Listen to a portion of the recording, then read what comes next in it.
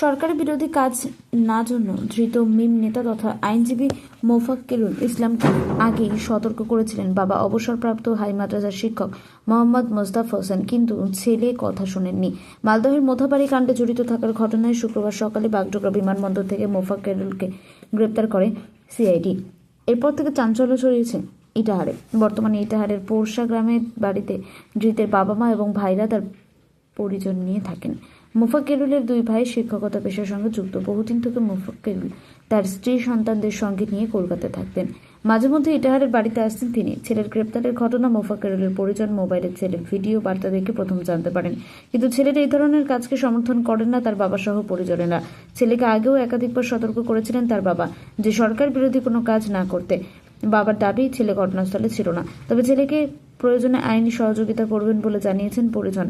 এমনকি 2014 সালে জালিয়াতি কাণ্ডে দক্ষিণ দিনাজপুর জেলা পুলিশের হাতে গ্রেপ্তার হয়ে প্রায় 42 দিনের হাজতবাস হয় মোফাক্কেরুলের। এছাড়াও 2014 এবং 2009 সালের রায়গঞ্জ আদালতে দুটি পৃথক জামিনযোগ্য ধারায় মামলা রয়েছে মোফাক্কেরুলের বিরুদ্ধে। আপনার কোথায় বাড়ি কোথায়? পোরশা।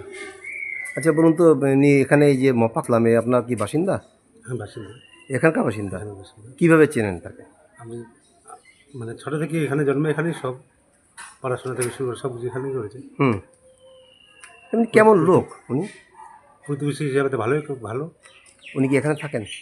এখানে থাকেন, আবার কলকাতায় এখানে বাড়ি করেছেন, কলকাতায় আছেন বাচ্চা কাচ্চা পড়াশোনার জন্য। শেষ কবে দেখা গেছিল ওনাকে?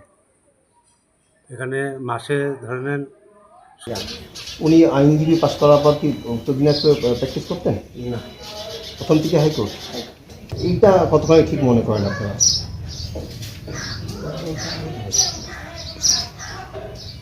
তাহলে এই আন্দোলনটা যে হচ্ছিল, ভোটারের নাম চলে গেছে, যে আন্দোলন হচ্ছিল, সেই আন্দোলনে উনি গেছিলেন, এই ব্যাপারটাকে আপনি কীভাবে দেখছেন? না না, ও যায়নি।